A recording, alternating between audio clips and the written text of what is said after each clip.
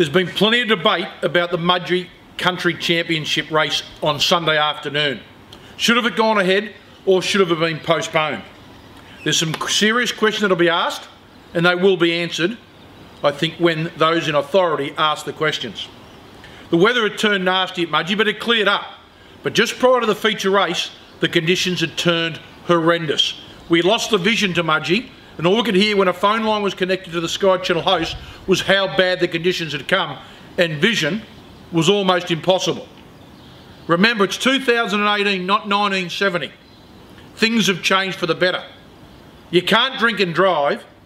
You can't smoke where you want. You can't say what you want to your co-workers. Things have changed. And when it comes to health and safety in the workplace, well, it's gone to the nth degree. It is paramount. Health and safety is the most important thing above all else. It can't be compromised under any circumstances. We lose race meetings when there's even one minuscule of a risk of safety to the horse or rider. For those on track at Mudgee, for those of us sitting at home, very interested because it was the country championship race coming up, it sounded like Armageddon. Let me say, I think it was rather good luck rather than good management that all riders and horses got back to the enclosure safe and sound. Senior rider Grant Buckley was interviewed after the race. Now, Grant's been around a long time. He was jovial, he ran second. But he said he'd never ridden conditions like it, and he said he couldn't see. Goggles were fogged up. How jovial would have Grant been, or one of the other riders, if there'd been a fall and someone was hurt? Were the stewards in contact with the starter? Did they speak just prior when the conditions had turned so badly? Did the starter or the stewards talk to the jockeys behind the gates? They're questions that'll be asked, and they need to be asked. Many were asking, was the carrot of the country championships that big a prize, and what comes with it, was that put above safety? That's an interesting part.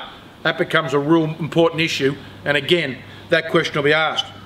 When we lose a race meeting in the near future, people will ask, and they'll cast their minds back to Mudgee. The comparisons will be made. Let's not forget that the last race at Mudgee was abandoned straight following the running of the country championship heat. For the record, Cosmologist won the race, beating Noel's Gift. They were both 50 to 1. They now head to Randwick for the final. Good luck. There were 50 lengths between first and last. 6 runners finished over 30 lengths from the winner. I've got no doubt both Racing New South Wales CEO Peter V'landys and Chief Steward Mark Van Gestel will be asking for a detailed report of the Mudgee meeting. More importantly, they'll be asking the question about the country championships and that heat, and were all protocols followed to the T, and that the race was correctly run at that time and wasn't postponed. Stay tuned, because I think there's more to come.